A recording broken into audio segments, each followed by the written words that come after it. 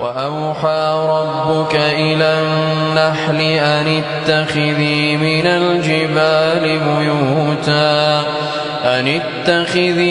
الجبال بيوتا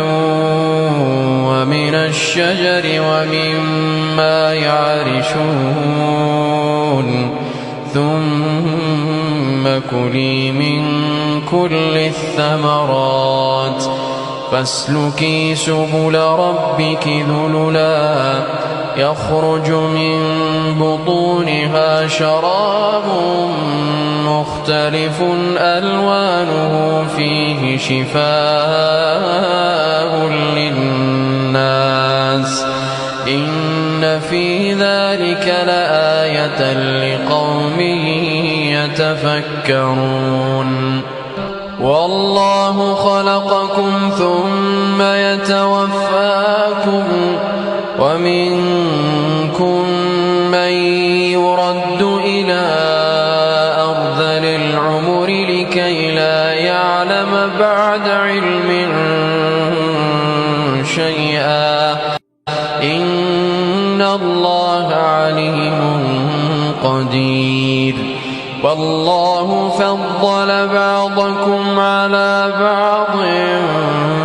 في الرزق فما الذين فضلوا براد رزقهم على ما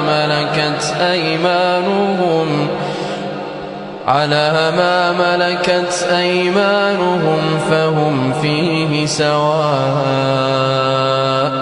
أفبنعمة الله يجحدون والله جعل لكم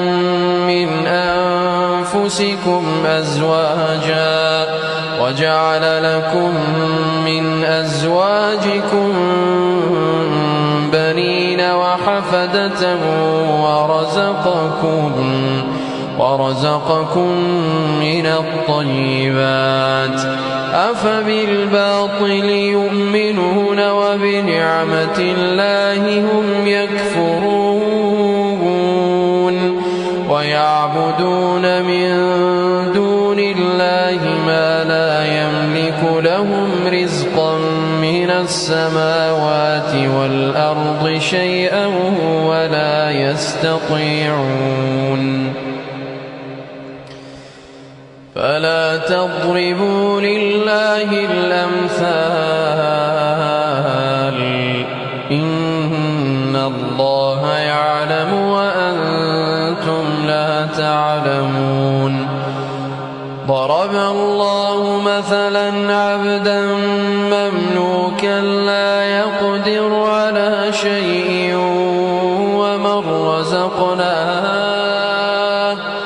ومن رزقناه منا رزقا حسنا فهو ينفق منه سرا وجهرا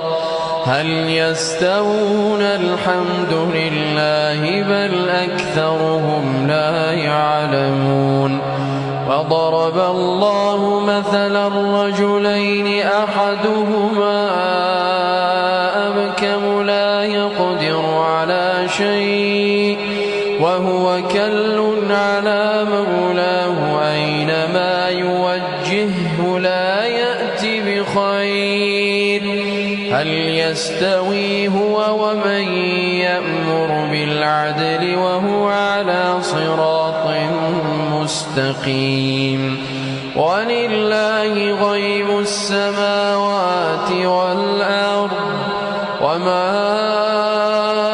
أمر الساعة إلا كلمح البصر أو هو أقرب إن الله على كل شيء قدير والله أخرجكم من بطون أمهاتكم لا تعلمون شيئا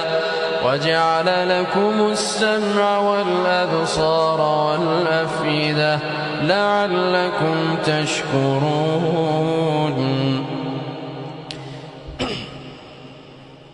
ألم يروا إلى الطير مسخرات في جو السماء